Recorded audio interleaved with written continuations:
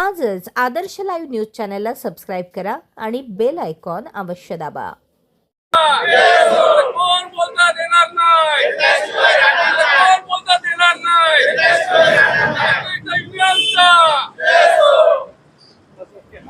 कामगारांच्या न्याय हक्कासाठी real property private limited Nagzari येथील कंपनी प्रशासनाच्या विरोधात कामगारांचे गेल्या 4 दिवसांपासून कामबंद आंदोलन सुरू।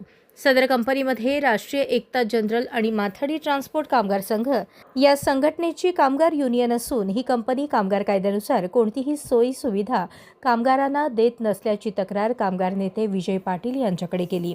विजय पाटील राष्ट्रीय एकता जनरल आणि माथाडी ट्रान्सपोर्ट कामगार संघ पनवेल तालुका अध्यक्ष आहेत।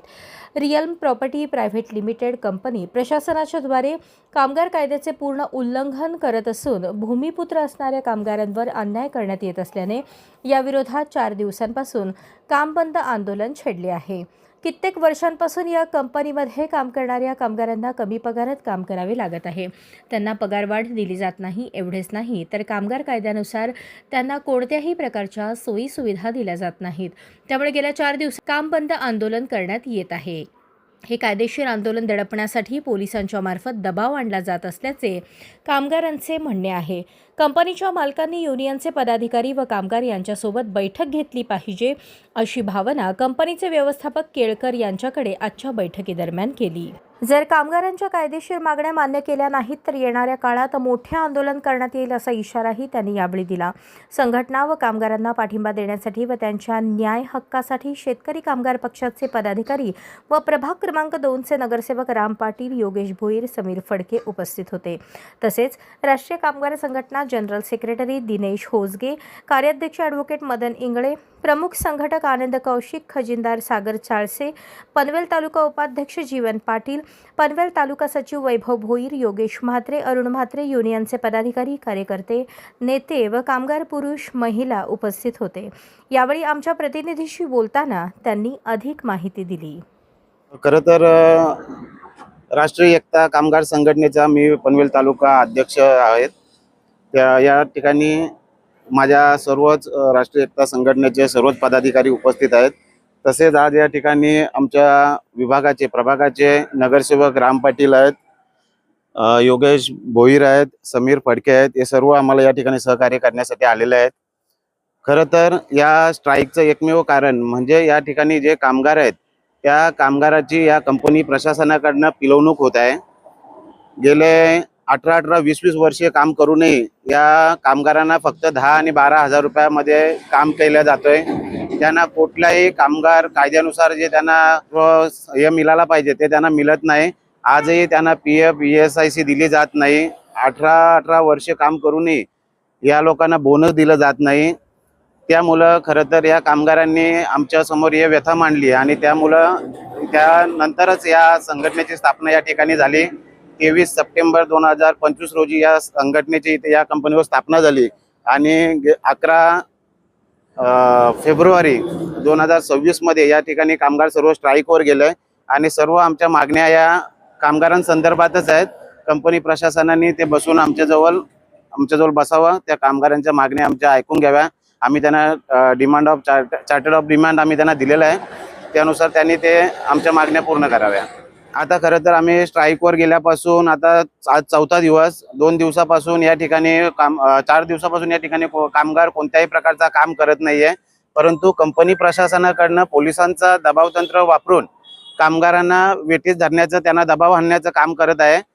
पुढे जर कंपनी प्रशासनाकडनं असा कोणत्याही प्रकारचा दबाव टाकण्यात आला तर शेवटी आम्हाला आणि आमचं आंदोलन मोडीत काढण्याचा प्रयत्न केला तर आम्हाला काहीतरी तीव्र प्रतिसाद या कंपनीवर पडतील असं मला वाटतंय। हो, गेल्या 6 महिन्यापासून आम्ही सर्व पत्रव्यवहार केलेले आहेत आणि सर्व जेवढ्या जे प्रोसिजर आहेत त्या पूर्ण आमच्याकडनं झालेल्या आहेत। फक्त आता कंपनी प्रशासनाबरोबर मीटिंग होणं गरजेचे आहे, परंतु कंपनी प्रशासन कुठेतरी टाळवाटाळव करते। कोणाला तरी एकाच दुसऱ्याला मध्यस्थ टाकून ते प्रकरण कुठेतरी साईडला काढण्याचं काम करते आणि टाइमपास करण्याचं काम करते।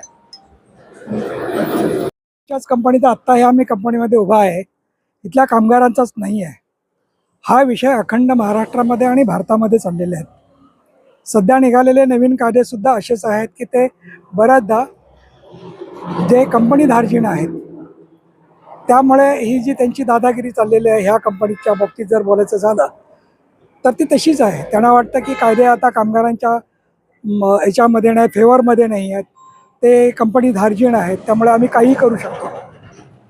ह्या कंपनीमध्ये गेली 25 वर्ष ही कंपनी इथे अस्तित्वात असेल, 20 ते 25 वर्ष. हे कामगार जेव्हा आम्हाला जॉईन झाले, आमच्याकडे आले, तेव्हा आमच्या लक्षात आलं की साध्या ज्या स्टॅट्युटरी रिक्वायरमेंट कायद्याने म्हटले जाते, म्हणजे कामगाराला कामावर घेताना अपॉइंटमेंट लेटर लागतं, हे तुम्हाला सगळ्यांना माहिती असेल. इवन ह्या मालकाने कामगारांना अपॉइंटमेंट लेटरसुद्धा दिलेलं नाही आहे.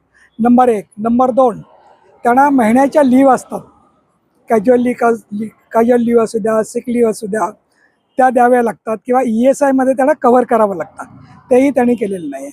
एक प्रॉव्हिडंट फंड जे आपण कधी ऐकले असेल, त्याचाही फायदा ह्या काही बऱ्याचशा कामगारांना त्यांनी दिलेला नाही आहे. 5-6 कामगार मला वाटतं की ज्याला ते परमनंट समजतात. कुठलाही कामगार कामावर घेतल्यानंतर तो परमनंट असू द्या, कॉन्ट्रॅक्ट असू द्या, टेम्पररी असू द्या, त्याला 1 महिन्याच्या आतमध्ये ह्या सगळ्या सवलती दिल्या पाहिजे. त्यांना फॅक्टरी ॲक्ट लागू होतो, त्यांना ESI लागू होतो, त्यांना गेल्या 9 वर्षापासून, म्हणजे कंपनी सुरू झाल्यापासून 9 वर्ष काय, कंपनी चालू झाल्यापासून त्यांना बोनससुद्धा दिलेलं नाही आहे. म्हणजे हा जो मालक आहे त्याने कुठल्या तरी पद्धतीने आपली फॅक्टरी चालवण्यासाठी, एक तर गव्हर्नमेंट खाती आहेत, पोलीस असू द्या, फॅक्टरी इन्स्पेक्टर असू द्या, लेबर डिपार्टमेंट असू द्या किंवा पॉलिटिकल लोक असू द्या, यांना हाताशी धरूनच हे काम करत असेल. हा लोकल माणूस जो आहे, कायद्याप्रमाणे MIDCच्या कायद्याप्रमाणे जे लोकल आहेत, जिथे कंपन्या आल्या त्या ठिकाणी 80% लोकांना, मराठी माणसांना नोकऱ्या दिल्या पाहिजे. हा कायदा आहे, फक्त ते मागून नाही आहे. ज्या सुटेबल असतील त्या, कोणी शिकलेला असेल तर त्याला ऑफिसमध्ये द्या, मॅनेजर होण्याच्या लायकीचं असेल तर मॅनेजर बनवा त्यांना, कामगार असेल तर. आणि ह्या कंपनीमध्ये जो काम करणारा वर्ग आहे, हे सगळी कामं जे करतात ते स्किल काम करतात आणि स्किलचा पगार दिला पाहिजे. ह्यांना पगार मिनिमम तर दिला जातच नाही, पण स्किलचा जो रेट असतो त्यांचा कमीत कमी पगार 25,000 असायला पाहिजे. अगदी सुरुवातीचा पगार 22,000 असायला पाहिजे. आणि जे कामगार 15 वर्षापूर्वी त्यांचा 30-35 रुपये यांचा पगार असला पाहिजे. हे 12,000वरती हे 12 तास काम करून घेतात. क्रेन चालवणं असेल, क्रेन बसवणं असेल, माल इथून उचलायचा, त्याच्यामध्ये लोड करायचा, ही सगळी कामं स्किलची कामं आहेत, ती साधीसुधी कामं नाही आहेत. हाऊसकीपिंगमध्ये कामं करणाऱ्या ज्या काही स्त्रिया आहेत त्यासुद्धा अशाच पद्धतीचे कामं करतात, त्यांनासुद्धा मिनिमम वेजेस दिले जात नाही आहेत. आणि हे सगळे लोकल आहेत. मी लोकल वारंवार का म्हणतोय, हे भूमिपुत्र आहेत. ह्या भूमीमध्ये राहणारा कामगाराला हजारो कंपन्या इथे असतील, पण ह्या इथं काम करणाऱ्या आमच्या नेते मंडळी पण आलेले आहेत. तुम्ही पण लक्षात घ्या सर, कारण फक्त आम्ही लोकल म्हणून, भूमिपुत्र म्हणून चालणार नाही. आता कायदे तुमच्या फायद्याचे नाहीत, ते मालकांच्या फायद्याचे आहेत. त्यामुळे तुमच्यासारख्या लोकांनी सुद्धा, आमच्यासारख्या संघटना ज्या आहेत त्यांना तुम्ही सपोर्ट केला पाहिजे. कारण आम्ही भांडणार आहोत त्या हक्कासाठी, कामगारांच्या हक्कासाठी भांडणार आहोत. आमची युनियन गेले महाराष्ट्रामध्ये काम करत असताना, अगदी पालघरपासून काय आमच्या कंपन्या आमच्याकडे आहेत, आम्ही जिथे गेलेलो आहे त्यांना आम्ही न्याय दिलेला आहे. काही आमच्याकडे मालक वर्ग असा आहे, त्यांना ज्यावेळेला आम्ही सांगितलं की हे सगळे हायली क्वालिफाईड लोक युनियनमध्ये काम करतायत आणि सांगतायत, त्यांनी मान्य केलेलं आहे साहेब. मॅनेजरच नाही, सुपरवायझरच नाही, तो अज्ञानी आहे. न्याय देण्यासाठी आपण पुढील काय भूमिका निभावतो? आम्ही आंदोलन करू, त्यांना न्याय मिळालाच पाहिजे. न्याय का नाही मिळणार? तो हक्काचा आहे, तो हक्क आमचा आहे.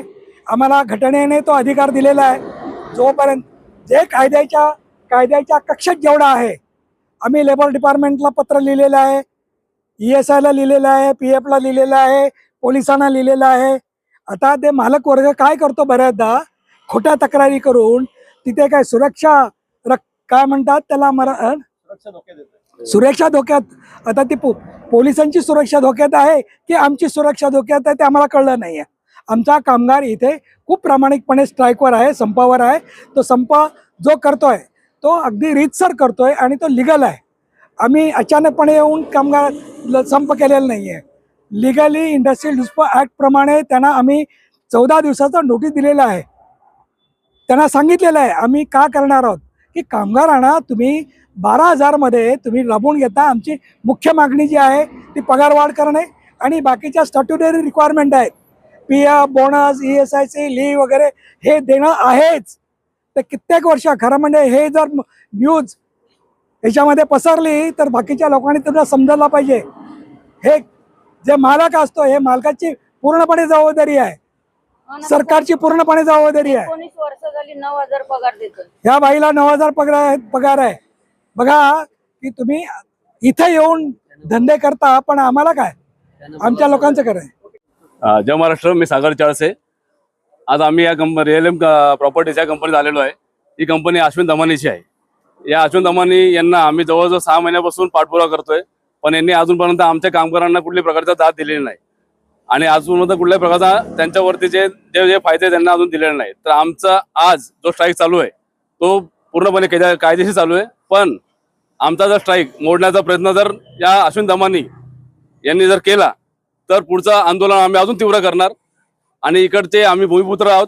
आमच्या भूमिपुत्रांवरती अन्याय होत असेल तर आम्ही इथं एकही कंपनीचं एक गाडी पण चालू देणार नाही इथे, आणि सगळ्या गोष्टी आम्ही इथे बंद पाडू.